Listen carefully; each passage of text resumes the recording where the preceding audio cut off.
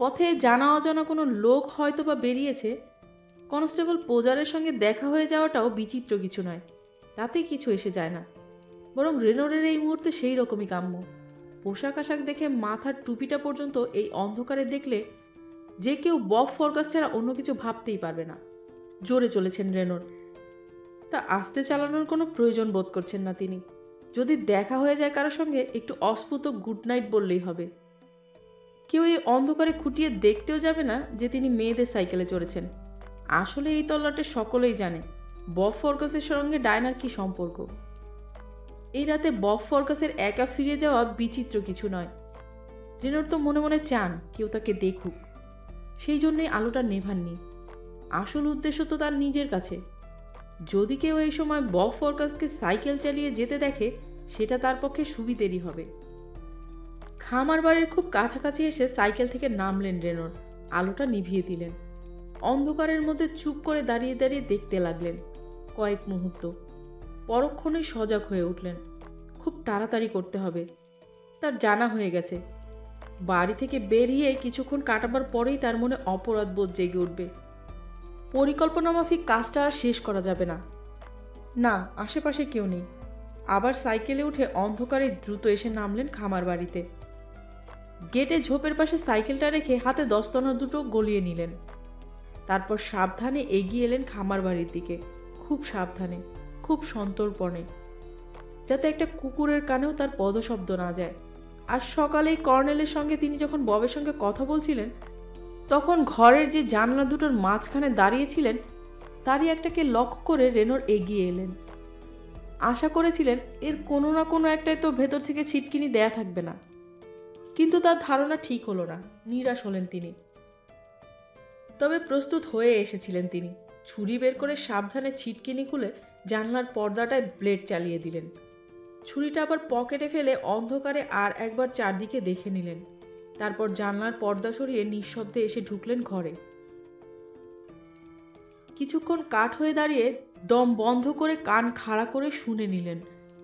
ঘড়ির টিকটিক শব্দ আর নাক ডাকার শব্দ ছাড়া আর কোথাও কোনো শব্দ নেই। পকেট থেকে ইলেকট্রিক টর্চটা বের করে জেলে ধরলেন। সোনালি আলোয় তার দেখা হয়ে গেল ঘরের কোথায় কি আছে। নিভিয়ে দিলেন টর্চটা। ঘরের যে কোণে সকালে ছিপ আর দোনালা বন্দুকটা দেখে গিয়েছিলেন, চুপি চুপি এগিয়ে গেলেন সেই দিকে। হাত বাড়িয়ে দিলেন সেলফের দিকে। চট করে একবার টর্চ জেলে দেখে নিলেন বাক্সটার মধ্যে রয়েছে কত গুলির কার্তুজ। এই অনুমানটাই অবশ্য তিনি করেছিলেন। চট করে 4টে কার্তুজ ভরে নিলেন নিজের পকেটে। বাক্সটা আবার যথাস্থানে রেখে দিলেন। তারপর হাত বাড়িয়ে বন্দুকটা তুলে নিয়ে নিঃশব্দে এগিয়ে গেলেন জানলার কাছে। আগুন চুল্লিতে খোঁচা দেওয়া লোহার শিকটা হলেও চলত। আসলে প্রয়োজন ছিল বব ফরকাসের কোনো একটা হাতিয়ারের নিদর্শন। সকালের বন্দুকটা দেখে আর সেটা পেয়ে খুবই ভালো হলো তার জন্য। লোহার শিক থেকে অনেক অনেক গুণে ভালো হলো। বন্দুকটা কার? বব ফরকাসের। অন্য কারণ হয়তো? না, নিশ্চয়ই না। খুশি মনে ক্লাইভ রেনোর আবার জানলা টপকে বাইরে বেরিয়ে এলেন। গেটের পাশে ঝোপের গায়ে লাগানো সাইকেলটা সোজা করে নিয়ে অন্ধকারে নিঃশ্বাস চেপে সাইকেল চালাতে লাগলেন দ্রুত গতিতে। বন্দুকটা নিয়ে সাইকেলে চেপে সেই অন্ধকারের মধ্যেই আলো না জেলে ক্লাইভ রেনোর ছুটলেন হলারটন হলের পথে। কেউ দেখতে পেল কি পেল না সেদিকে তার কোনো পরোয়া নেই। নির্জন পথ, কারো সঙ্গেই মোলাকাত হলো না। একদম অল্প সময়ের মধ্যে পৌঁছে গেলেন হলারটন হলের গেটের সামনে। সাইকেল থেকে নেমে গেটের ভেতরে একগুচ্ছ ঝোপের পাশে ঠেকিয়ে রাখলেন সাইকেলটা। তারপর নুড়িপথের যে পাশটা ঘাসে ঢেকে গিয়েছিল তার ওপর দিয়ে দেউরির দিকে এগিয়ে চললেন নিঃশব্দে। খুব কাছাকাছি এসে থমকে দাঁড়ালেন। বাড়ির সামনে কোনো জানলা দিয়েই আসছে না কোনো আলো। নিশ্চিত রেনোর, বাসিন্দারা সব নিশ্চিন্তে ঘুমাচ্ছে। পায়ে পায়ে এগিয়ে গেলেন বাড়ির পেছনের দিকে। কর্নেল ব্ল্যাকনি আজ সকালে যখন তাকে ঘুরিয়ে ঘুরিয়ে মহলটা দেখিয়েছিলেন, তখনই রেনোর ভালোভাবে দেখে নিয়েছিলেন যে পিছনের দিকের জানলাগুলোর ছিটকিনি সব সেকেলে, সক্রেস ব্যাংকের মতো। বন্দুকটা হাতে নিয়ে একটু ঘুরে দেখে নিলেন যদি কোনো জানলার ছিটকিনি না থাকে। না, বৃথা, সবটাই ভেতর থেকে বন্ধ। শেষে রান্নাঘরের জানলার সামনে এসে দাঁড়িয়ে পকেট থেকে ছুরিটা বের করলেন। হাতে তখনও দস্তানা। ছুরি দিয়ে পর্দা কেটে ছিটকানি খুলে ফেললেন। তারপর ধীরে ধীরে পর্দা সরিয়ে ঢুকলেন রান্নাঘরে। কান খাড়া করে শুনে নিলেন একবার, কোথাও কোনো শব্দ হচ্ছে না তো। না, আস্তে আস্তে জানলার পর্দাটা নামিয়ে দিলেন, কিন্তু একেবারে বন্ধ না করে নিচ থেকে একটু ফাঁক করে রাখলেন। পকেট থেকে টর্চটা বের করে জেলে ধরলেন খুব তাড়াতাড়ি একবার রান্নাঘরের পরিবর্গার দিকে। দেখে নিয়ে নামালেন আলো মেঝের দিকে। তারপর হাঁটু মুড়ে বসে একজোড়া কার্তুজ ভরে নিলেন বন্দুকে। কার্তুজ ভর্তি দোনালা বন্দুক নিয়ে টান টান হয়ে উঠে দাঁড়িয়ে সন্তর্পণে বন্দুকটা ঠেকিয়ে রাখলেন টেবিলে। পকেট থেকে রুমাল বের করে এমনভাবে মুখের নিচের অংশটা বেঁধে নিলেন যে চোখ দুটো ছাড়া আর কিছুই দেখার উপায় রইল না। চোখের ওপর আরো ভালো করে টেনে দিলেন টুপিটা। তারপর বন্দুকটা তুলে নিলেন, নিভিয়ে দিলেন টর্চটা। রান্নাঘর থেকে বেরিয়ে কালির মতো কালো অন্ধকারে ঢাকা বারান্দার পথ ধরে ধীরে ধীরে এগিয়ে চললেন হলঘরের দরজার দিকে। টুক করে আলোটা একবার জেলে নিয়ে দরজা ঠেলে নিঃশব্দে ঢুকে পড়লেন হলঘরে। কান খাড়া করে নিশ্চুপ হয়ে দাঁড়িয়ে রইলেন কিছুক্ষণ। কয়েক হাত দূরেই আসল সিঁড়ি। দেয়াল ঘড়ির টিক টিক টিক টিক শব্দ ছাড়া আর কোথাও কোনো শব্দ নেই। আস্তে আস্তে সিঁড়ি বেয়ে উঠে এলেন বারান্দায়, জ্বালালেন টর্চটা। ক্ষণিকের সেই সোনালি আলোয় রেনোর দেখা হয়ে গেল পাশাপাশি দুটো শোবার ঘর। প্রথমটা এডিথের, দ্বিতীয়টা কর্নেল ব্ল্যাকনের। আজ সকালেই রেনোর খুঁটিয়ে খুঁটিয়ে সব দেখে গিয়েছিলেন। মাংসপেশি টান টান হয়ে উঠল রেনোরের। টর্চটা নিভিয়ে বর্ষার তীর পকেটে ফেলে সাবধানে এগিয়ে চললেন তিনি। এডিথের শোবার ঘরের বন্ধ দরজার সামনে দাঁড়িয়ে কান পাতলেন। কোনো শব্দ নেই। এডিথ অঘরে ঘুমাচ্ছে। নিশ্চিন্তে রেনোর এগিয়ে গেলেন কর্নেলের ঘরের দিকে। সেই অন্ধকারের সন্তর্পণে মুঠোর মধ্যে ধরলেন কর্নেলের বন্ধ দরজার হাতলটা। সেকেন্ডের মধ্যে নিঃশব্দে সে ঘুরিয়ে খুলে ফেললেন দরজাটা। ধীরে ধীরে দরজাটা একটু ফাঁক করতেই কানে এলো নাসিকার গর্জন। টুক করে ঢুকে নিঃশব্দে আবার দরজাটা বন্ধ করে দিলেন। ঘরে ঢুকেই পাশে আলোর সুইচ। জানাই ছিল রেনোরের। সুইচ টিপতেই জ্বলে উঠল আলো। ঘরে যেন আলোর বন্যা বয়ে গেল। চোখ দুটো হিংস্র এখন রেনোরের। বালিশে মাথা রেখে কর্নেল ব্ল্যাকনের নিশ্চিন্তে ঘুমাচ্ছেন, এক মাথা সাদা চুল। হিংস্র সাপদের মতো বন্দুক হাতে ধীর পায়ে একটু একটু করে এগিয়ে চলেছেন রেনোর ঘুমন্ত কর্নেলের বিছানার দিকে। নরম কার্পেটে কোনো শব্দই হচ্ছে না। খুব কাছাকাছি। হঠাৎ যেন একটু ঘাবড়ে গেলেন। দাঁড়িয়ে পড়লেন চুপ করে। দেখলেন নড়ে চড়ে উঠলেন কর্নেল। তারপর ঘরের আলোর জন্যই পিটপিট করে খুলতে শুরু করলেন ঘুমে জড়ানো চোখ। চোখ খুলতেই কয়েক মুহূর্তের জন্য যেখানে ছিলেন সেখানেই পড়ে রইলেন। প্রথমে হয়তো ভাবার চেষ্টা করলেন, ঘরের আলো জ্বলল কিভাবে? তিনি তো জেলে রেখে শোননি। কনুইয়ের ওপর ভর দিয়ে উঠতেই যেন ভূত দেখার মতো চমকে উঠলেন। মাত্র কয়েক হাত দূরে মুখোশাটা ম্যাকিন্টাস গায়ে হিংস্র চোখ আততায়ীর। কর্নেলের মনে সেই চরম মুহূর্তে কি চিন্তা খেলে গিয়েছিল কেউ জানে না। টুপি, ম্যাকিন্টাস গার্টার, পরনে যা কিছু সবই তো সক্রেস ব্যাংকের ফরকাসের, এমনকি বন্দুকটাও। তবু হয়তো কর্নেল কিছুটা অনুমান করেছিলেন, কিন্তু কিছু বলার আগেই রেনোরের নরঘাতী হাতের বন্দুক গর্জে উঠল। আর উঠতে পারলেন না কর্নেল। বালিশের উপরেই নিষ্প্রাণ দেহটা ঢলে পড়ল। এরপরেই রেনোরের কানে এলো হঠাৎ পাশের ঘর থেকে মেয়েটার আত্মচিৎকার। ছুটে বেরিয়ে এসেছে মেয়েটি। ঘর থেকে রেনোরও বেরিয়ে পড়েছেন। হাতের এক ঝটকায় এডিথকে বারান্দায় ফেলে দিয়ে রেনোর অন্ধকারের মধ্যেই দ্রুত পায়ে সিঁড়ি ধরে নিচে নামলেন। ঝটকা দিয়ে হাত থেকে পড়ে গেল বন্দুকটা। দেখে মনে হবে তাড়াতাড়ি পালাতে গিয়ে ঝাপটার সময় হাত থেকে পড়ে যাওয়া বন্দুকটা আর কুড়িয়ে নেওয়ার সময় পাননি তিনি। আসলে কিন্তু তা নয়, ইচ্ছে করেই ফেলে গেলেন বন্দুকটা। সিঁড়ি দিয়ে তার প্রায় পিছন পিছন সেটিও এসে পড়ল নিচে। উপর থেকে ইতোমধ্যে এডিথ সজোরে হাঁকডাক শুরু করে দিয়েছে। জেগে উঠেছে চাকর বাকররাও। বাড়িময় যেন হঠাৎ একটা হইচই আরম্ভ হয়ে গেছে। রেনোর প্রায় এক দৌড়ে রান্নাঘরে, তারপর সেই জানলার কাছে, যার পর্দার নিচেরটুকু ফাঁক করে রেখে গিয়েছিলেন, সেখান দিয়ে বেরিয়ে এলেন বাইরে অন্ধকারে। তারপর ঊর্ধ্বশ্বাসে দৌড়ে গিয়ে বাড়ির পেছন থেকে সামনে এসে ঘেঁষো নুড়িপথ দিয়ে ছুটে চললেন গেটের কাছে, যেখানে রেখে এসেছিলেন সাইকেলটা। কারণ রেনোর জানতেন হলারটন হলে টেলিফোন আছে, আর ফায়ারফিল্ড থানায় খবর যেতে কিছুমাত্র বিলম্ব হবে না। সুতরাং মুখ থেকে রুমালের ঢাকাটা খুলে পকেটে পুরে সাইকেলটা বেশ সজোরে ছুটালেন ব্রুম ম্যানরের দিকে। বিনা আলোতে ছুটতে ছুটতে কয়েকবার সরু রাস্তার পাশে ঝোপঝাড়ে পড়তে পড়তে সামলে নিয়েছেন নিজেকে। চেষ্টা করেছেন সকলের চোখ এড়িয়ে নিরাপদে চলে আসতে। এসেও পড়লেন, নিরাপদেই এলেন। ব্রুম ম্যানরের একেবারে সদর দরজায় নামলেন সাইকেল থেকে, দেখলেন একবার বাড়িটা। 2 ঘন্টা আগে এই জঘন্য কাজে বের হওয়ার সময় যেমনটা দেখে গিয়েছিলেন ঠিক সেই রকমই দেখলেন, অন্ধকার আর নিস্তব্ধ। বাড়িটার পেছনে ডায়না যেখানে সাইকেল রাখে সেখানে গিয়ে সাইকেলটা রেখে রেনোর রান্নাঘর দিয়ে ঢুকলেন ভেতরে। দরজায় চাবি দিয়ে নিঃশব্দ উঠে এলেন দোতলায় নিজের শোবার ঘরে। আলো জেলে তাড়াতাড়ি পোশাক ছেড়ে ফেললেন। তারপর কোথাও যেন কিছুই ঘটেনি, এমনই এক প্রশান্ত মানসিকতা নিয়ে টান টান হয়ে শুয়ে পড়লেন বিছানায়।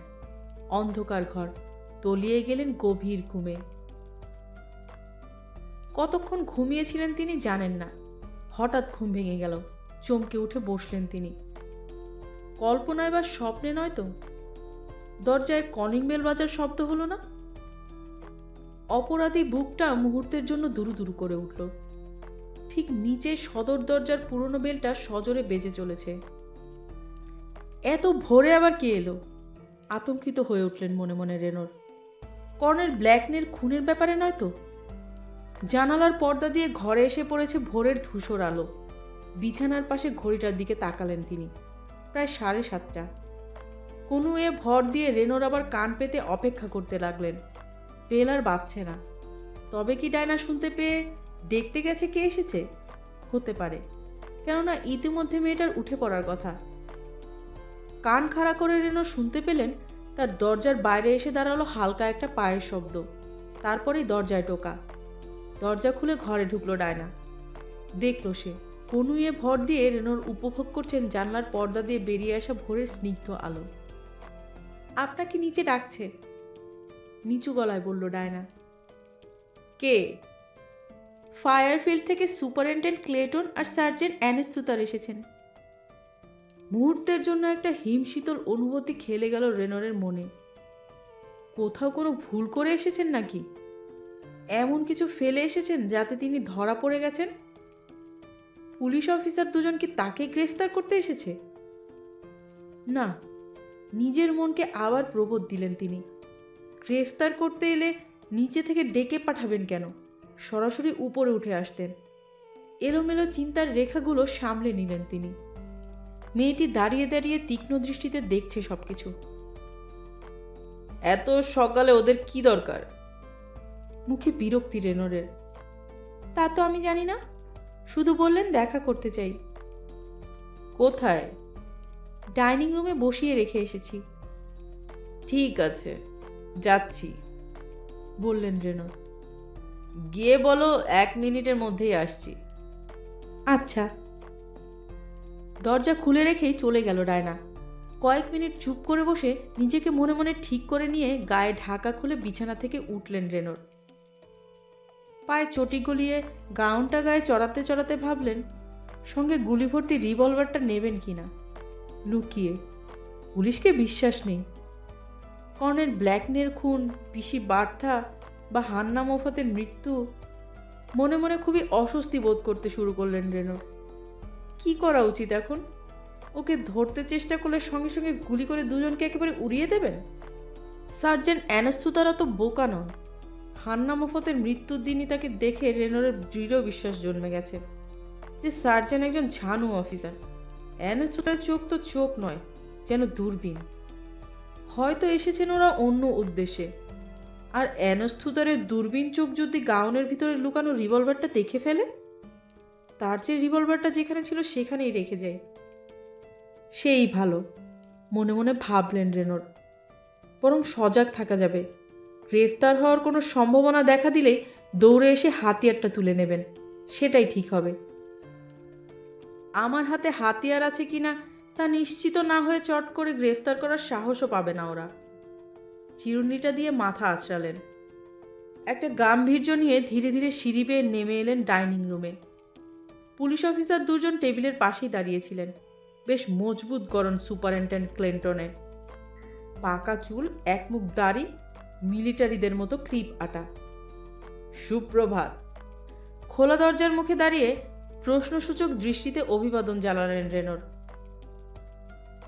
গুড মর্নিং স্যার, সুপারিনটেন্ডেন্ট বললেন। এত সকালে আপনাকে বিরক্ত করতে আসার জন্য দুঃখিত।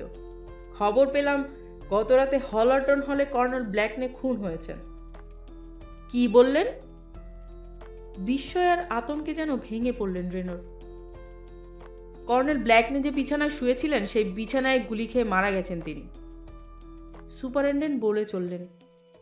প্রমাণ যা আমাদের হাতে এসেছে তাতে সন্দেহ হচ্ছে সক্রেস ব্যাংকের বব ফরগাসই তাকে খুন করেছে। তাকে আমরা ফায়ারফিল্ড থানায় আটকে রেখেছি। ফরগাস? শুনে যেন হতচকিত হয়ে উঠলেন রেনর। আপনি কি বলছেন? হল ঘরে ঢুকে কর্নেল ব্ল্যাকটাকে খুন করে গেল? সে কিন্তু জোর দিয়েই অস্বীকার করছে, বললেন ক্লেটন। সে অবশ্য স্বীকার করেছে কর্নেলের সঙ্গে তার কথা কাটাকাটি হয়েছিল, আর তা নাকি আপনাকে নিয়েই। এই অভিযোগ কি সত্যি? হ্যাঁ, দুঃখের সঙ্গেই বলতে হচ্ছে, শান্তভাবে প্রত্যুত্তর দিলেন রেনর। ভেতরে ভেতরে কিন্তু দারুণ একটা স্বস্তি বোধ করতে লাগলেন। অফিসার দুজন তাহলে তাকে গ্রেফতার করতে আসেনি, ইতিমধ্যে তারা বব ফরগাসকেই কয়েদ করেছেন। এখানে এসেছেন তার অর্থাৎ রেনরের জবানবন্দি নিতে। রেনর ঠিক করে নিলেন যতদূর সম্ভব তিনি তাদের সাহায্য করবেন। কি ঘটেছিল যদি জানান ভালো হয়, বললেন ক্লেটন। নিশ্চয়ই বলবো, যতটুকু জানি সবই বলবো। সার্জেন্ট অ্যানেস্থু তার নোট বই আর পেন্সিল বের করলেন। গোলমালটা শুরু হয়েছিল গত পরশু থেকে, বলতে শুরু করলেন রেনর। আমার বাড়ির যে পরিচালিকা ছিল তারই ভাইজি ডায়না মোফাতের সঙ্গে ফরগেসের একটা গোপন সম্পর্ক আছে।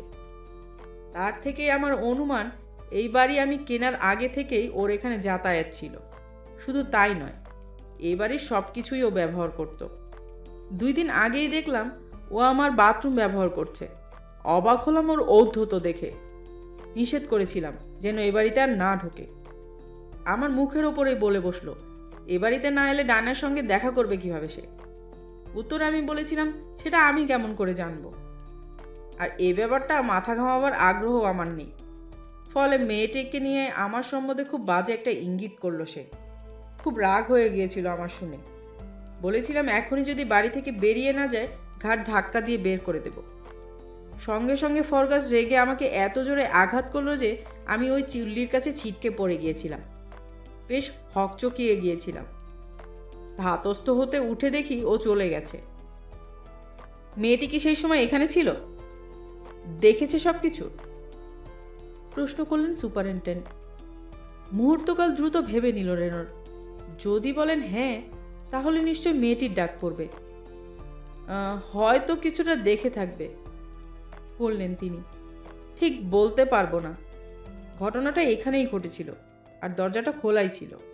চেঁচামেচি, বিশেষ করে ফরগাস উত্তেজিত হয়ে যেভাবে চিৎকার করেছিল, তাতে হল ঘরের কোথাও এসে দাঁড়ালে তার পক্ষে বিচিত্র ছিল না দেখাটা। তবে আমার নজরে পড়েনি। মেয়েটির সঙ্গে পরে এ বিষয় নিয়ে কথা বলেননি, জানতে চাইলেন সুপারিনটেন্ডেন্ট। না, বেশ জোর দিয়েই বললেন রেনর। এ নিয়ে কোনো আলোচনা করার প্রয়োজন ছিল বলে আমি মনে করিনি। আমি তাকে বাড়িতে ঢুকতে বারণ করায় সে আমাকে মেরেছে। এ কি বাড়ির ঝিয়ের সাথে আলোচনা করার বিষয়? তা ঠিক, কিন্তু কেন আপনি ফরগাসকে বাড়িতে ঢুকতে নিষেধ করলেন মেয়েটি তা জানতে চায়নি? রেনর মনে মনে একটু চঞ্চল হয়ে উঠলেন। এইসব প্রশ্ন উত্তর তাকে কোথায় নিয়ে যেতে চাইছে। রেনর বললেন, ডায়নাকে অবশ্য আমি বলেছিলাম যে বব ফরগাস আমার বাড়ি ব্যবহার করবে এটা আমি চাই না। আমি তাকে নিষেধ করে দিয়েছি। মনে হলো ডায়না আমার কথা বুঝতে পেরেছিল। আচ্ছা, সুপারিনটেন্ডেন্ট বললেন। আচ্ছা মিস্টার রেনর, তারপর আপনার আর বব ফরগাসের মধ্যে কি হলো? হ্যাঁ, তা পরের দিন মানে গতকালই ছিল, বললেন রেনর। হান্না মোফাতের মৃত্যুর তদন্তের দিন। তার অন্যতম সাক্ষী ছিলেন কর্নেল ব্ল্যাকনে। তদন্তের পরেই আমি ফরগাসের ব্যাপারটা কর্নেলকে জানিয়েছিলাম। কি করা যায় তার পরামর্শ জানতে চেয়েছিলাম। উনি আমাকে পরামর্শ দিয়েছিলেন পুলিশকে জানাতে, কিন্তু আমি পুলিশকে জানাতে চাইনি। এই লজ্জাকর ব্যাপার নিয়ে কোর্টঘর হবে, কাগজে লেখালেখি হবে, এটা আমি চাইনি। এ নিয়ে ফরগাসের ওপর কোনো নিষ্ঠুর আচরণ করার বাসনাও আমার মনে জাগেনি। আমি চেয়েছিলাম ও আমার কাছ থেকে ক্ষমা চেয়ে নিই, আর এদিকে যেন না আসে, বাস এই প্রতিশ্রুতি দিলেই হবে। কর্নেল ব্ল্যাকনে বললেন, ফরগাস তো তারই ভাড়াটে। কর্নেল এতটাই রেগে গিয়েছিলেন যে তিনি স্থিরই করে ফেললেন যে লিখিত ক্ষমা প্রার্থনা না করলে উনি ববকে বাড়ি থেকে উচ্ছেদ করে দেবেন। বললেন এ মোকাবেলা এখানেই করতে হবে, একটুও দেরি নয়। তা উনি ফরগাসের সঙ্গে দেখা করার জন্য এতটা তৎপর হয়ে উঠলেন কেন? প্রশ্ন রাখেন সুপারিনটেন্ডেন্ট। কারণ তো আগেই বলেছি, বললেন রেনর। খুবই রেগে উঠেছিলেন তিনি। তাছাড়া গম্ভীর হলেন রেনর। ওর সঙ্গে আমার অন্তরঙ্গ বন্ধুত্ব ছিল। আমার অপমান তিনি নিজের অপমান বলে মনে করেছিলেন। আচ্ছা, তাই আপনি আর কর্নেল দুজনে একসঙ্গে গিয়েছিলেন ফরগাসের কাছে? হ্যাঁ, আবার বলে চললেন রেনর। মিস ব্ল্যাকনেই গাড়ি করে আমাদের নিয়ে গেলেন। ফরগাসের সঙ্গে দেখা হলো। ক্ষমা প্রার্থনার ব্যাপারটা তো উড়িয়েই দিল ফরগাস। তাছাড়া এ বাড়িতে সে আর ঢুকবে না, এরকম কোনো প্রতিশ্রুতিই দিল না। তার উপর কর্নেলের কাছে আবার অভিযোগ রাখলো আমি নাকি মেয়েটিকে মেরেছি। শুনে কর্নেল আর মেজাজ ধরে রাখতে পারলেন না। তখনই তাকে সক্রেস ব্যাংক থেকে চলে যেতে বললেন। এই কথা শোনার পর ফরগাসের মনের কি প্রতিক্রিয়া হলো জানতে চাইলেন সুপারিনটেন্ডেন্ট। একটু ইতস্তত করলেন রেনর। তারপর বললেন, আমার দেখে যা মনে হয়েছিল, শুনেই ফরগাস একেবারে পাগল হয়ে গিয়েছিল। দারুণ চেঁচামেচি শুরু করে দিয়েছিল। বলে উঠেছিল হ্যাঁ, সক্রেস ব্যাংক ছেড়ে চলেই যাবে। এরপর কর্নেল বললেও আর থাকবে না। বলেছিল কর্নেলকে এর ফল ভোগ করতে হবে। এটাও বলেছিল সুযোগ পেলে আমাদের দুজনকে সে এক হাত দেখে নেবে।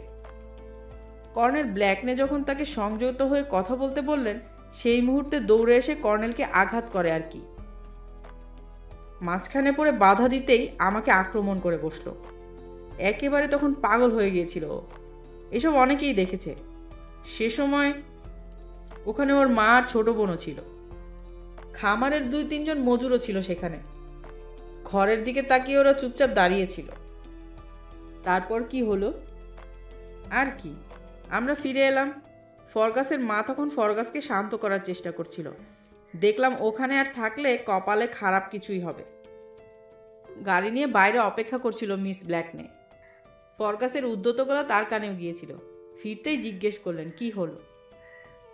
ফরগাস কেন এত চেঁচাচ্ছিল? কর্নেল কি তা তার মেয়েকে বলেছিলেন? না, তখন এতটা গম্ভীর হয়ে গিয়েছিলেন যে সে আর কিছু বলতে পারেনি। পরে অবশ্য বলেছিল কিনা সেটা আমি বলতে পারবো না। এক মুহূর্ত চুপ করে রইলেন সুপারিনটেন্ডেন্ট ক্লেটন। তারপর বললেন, আর আমার একটাই মাত্র প্রশ্ন আছে মিস্টার রেনর, কিছু মনে করবেন না। এটার তদন্তের ভার আমার উপর পড়েছে। পুলিশের চাকরি তো, এগুলো করা ছাড়া উপায় নেই। ডায়না মোফাতের ওপর অসদাচরণ করার কোনো যুক্তিযোগ্য অভিযোগ কি ফরগাসের আছে? না না, সেরকম কোনো ঘটনাই ঘটেনি। বেশ জোর দিয়ে বললেন রেনর। আমি জানতাম ফরগাসের মুখ চেয়ে এরকম প্রশ্ন আপনারা আমাকে করতে পারেন, তাই আমি কিছু মনে করছি না। ধন্যবাদ, জানালেন সুপারিনটেন্ডেন্ট। তারপর সার্জেন্টকে উদ্দেশ্য করে বললেন, মিস্টার রেনরের কাছ থেকে জানার মতো আপনার আর কোনো প্রশ্ন আছে? হ্যাঁ স্যার, আমার একটা প্রশ্ন আছে। নোট বই থেকে চোখ তুললেন সার্জেন্ট। মিস্টার রেনর যা বললেন তাতে কি এই দাঁড়াচ্ছে না যে 2 দিন আগে মিস্টার রেনর আর ফরগাসের মধ্যে যে বাদ প্রতিবাদ হয়েছিল, কর্নেল ব্ল্যাকনে আর বব ফরগাসের মধ্যে বিবাদ তারই প্রত্যক্ষ ফল? না, আমি ঠিক ও কথা বলতে চাইনি। নিজেকে বেশ সংযমের মধ্যে রেখে বললেন রেনর। খামার বাড়ি থেকে বেরিয়ে আসার পথে কর্নেলের বিরুদ্ধে বব ফরগাসের 2-1টা অভিযোগ আমার কানে এসেছিল। মালিক হিসেবে খামার বাড়িতে আরও টাকা দেওয়া উচিত, ঘরদোর মেরামত করা উচিত, চেঁচিয়ে কর্নেলের বিরুদ্ধে অশ্রব্য কয়েকটা মন্তব্যও করেছিল। যদি বলেন আমি সেগুলো আপনাকে শুনিয়ে দিতে পারি। বলুন, আমরা শুনতে চাই, বললেন সুপারিনটেন্ডেন্ট। সঙ্গে সঙ্গে রেনর অশ্রব্য কয়েকটি বিশেষণ শুনিয়ে দিলেন নিছক বানিয়ে। মনে মনে এরই মধ্যে স্থির করে নিয়েছেন, ফাঁদে যখন পড়েছে বব ফরগাস, যাতে কোনো রকমের রেহাই না মেলে তার বন্দোবস্ত তাকে করতেই হবে। ঠিক কী প্রশ্ন আপনি মিস্টার রেনরকে করতে চাইছেন সার্জেন্ট? জিজ্ঞেস করলো সুপারিনটেন্ডেন্ট। আমি মিস্টার রেনরের কাছ থেকে যা জানতে চেয়েছিলাম তাতে অন্য প্রসঙ্গ এসে গেল স্যার, বললেন সার্জেন্ট। আমার প্রশ্ন ছিল, রেনরের দিকে তাকিয়ে এবার জিজ্ঞেস করলেন সার্জেন্ট, ধরে নেওয়া যাচ্ছে যে কর্নেল আর ফরগাসের মধ্যে যে বিরোধ তা আপনার ঘটনাকেই কেন্দ্র করে, যদিও এটা বঞ্চনীয় ছিল না। ফরগাস কর্নেলের ওপর যে পরিমাণ উত্তেজিত হয়েছিল, আপনার উপরও উত্তেজনা তার কিছু কম ছিল না। তাছাড়া আপনি নিজেই বললেন আপনাদের দুজনকেই শাসিয়েছে সে। যদি তাই হয় তাহলে গত রাতে আপনাদের দুজনের উপরেই আক্রমণ করাটা স্বাভাবিক ছিল ওর। সেই দিক থেকে আমার প্রশ্ন, গত রাতে আপনি কি বাইরে কোনো সন্দেহজনক শব্দ শুনেছিলেন? আপনি ঠিকই ধরেছেন, বললেন রেনর। গতকাল প্রায় মাঝরাতে আমার জানলার বাইরে থেকে একটা শব্দ যেন আমার কানে এসেছিল, পায়ে চলার শব্দ। তখন আমি এখানে বসে লিখছিলাম, কানে আসতে একটু সজাগ হয়েছিলাম, পরে আর কোনো শব্দ শুনতে পাইনি। বাড়িতে কি তখন ভেতর থেকে তালা চাবি দেওয়া ছিল? জিজ্ঞেস করলেন সার্জেন্ট। হ্যাঁ হ্যাঁ, মেয়েটি শুতে যাওয়ার আগে তালা চাবি দিয়েই যায়। সার্জেন্ট তার ওপরওয়ালার দিকে একটা কটাক্ষ হানলেন। ফরগাস যদি সে সময় এসে থাকে স্যার, তাহলে জানলার আলো দেখে বুঝতে পেরেছিল মিস্টার রেনর জেগে আছেন, তাই তখন চলে গিয়েছিল। হয়তো সেই অপেক্ষাতেই ছিল মিস্টার রেনর যখন শুয়ে পড়বেন তখন কাজ হাসিল করবে। এই সবই তোমার অনুমান অ্যানস্ট্রুতাল, বললেন সুপারিনটেন্ডেন্ট। তবে তুমি কি বলতে চাইছো বুঝতে পেরেছি আমি।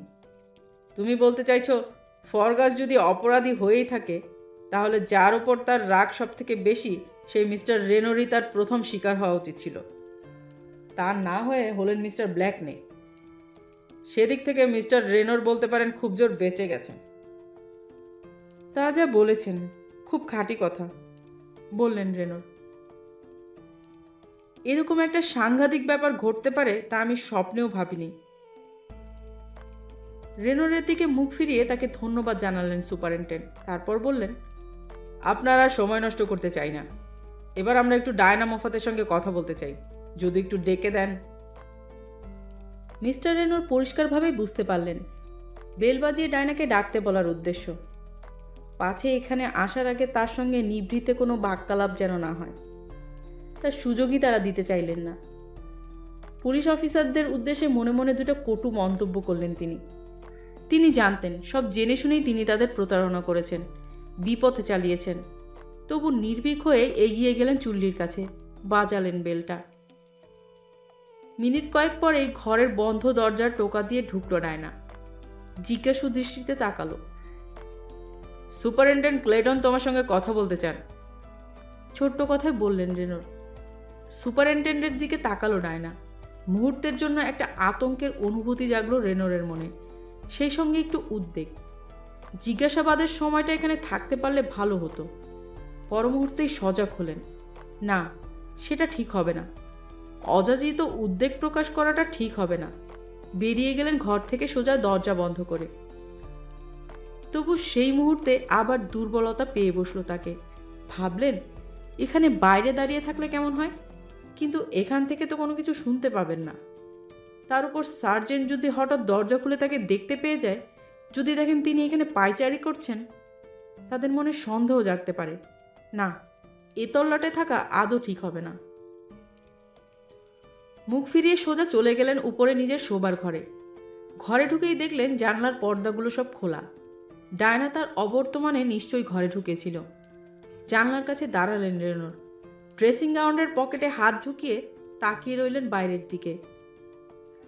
কিন্তু মাথার ভেতর চলতে থাকলো চিন্তার আনাগোনা। আচ্ছা, মেয়েটা যদি সব সত্যি কথা পুলিশকে বলে দেয়, তাহলে কি পরিস্থিতি দাঁড়াতে পারে? তার আর ফরগাসের মধ্যে যা ঘটেছিল, ডায়না যদি কোনো কিছু গোপন না রেখে সবই বলে, তাহলে কর্নেল ব্ল্যাকনের এই খুন হওয়ার ব্যাপারটা নিয়ে তার উপর কোনো সন্দেহ জাগতে পারে।